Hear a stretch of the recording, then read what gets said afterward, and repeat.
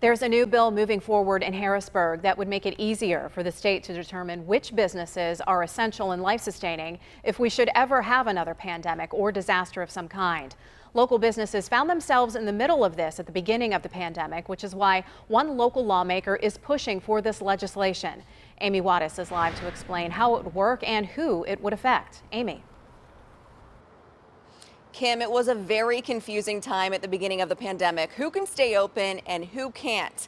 One group of businesses that had to close down early on, daycares like this one in Washington, which Senator Camera Bartolotta says was a mistake. Lots of frog jumping. Good job. It's all fun today for this group of pre-K kids at Rainbow's End Learning Center. But the fun was hard to find in March of last year when businesses across the state had to shut down after Governor Tom Wolf ordered all non-life sustaining businesses closed due to the COVID-19 pandemic.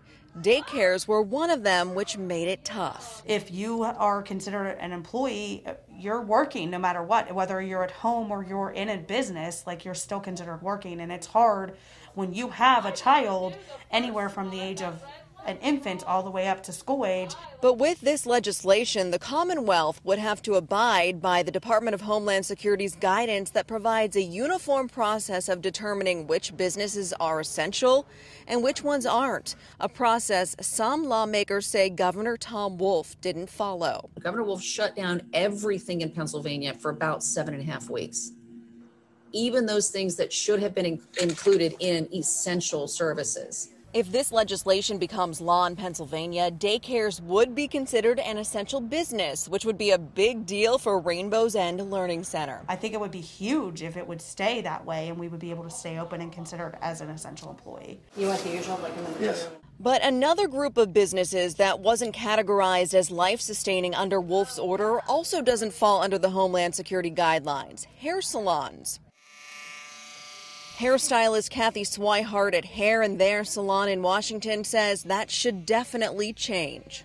If you're a nurse, a doctor, retail worker, grocery store clerk, why can't they get their hair done and look professional? We could have opened one person at a time with the extra cleaning and still been in business and kept everybody safe.